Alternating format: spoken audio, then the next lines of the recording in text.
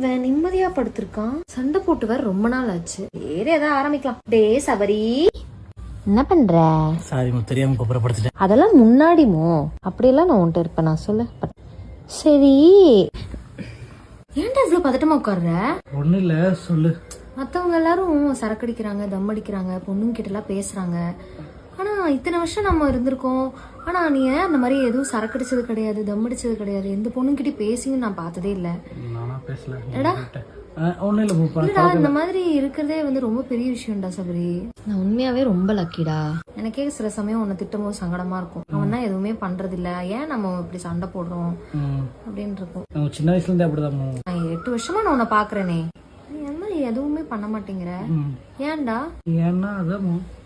அப்ப நீ அதை விட ஏதோ பெருசா பண்ற. என்ன பண்ற? புரியல.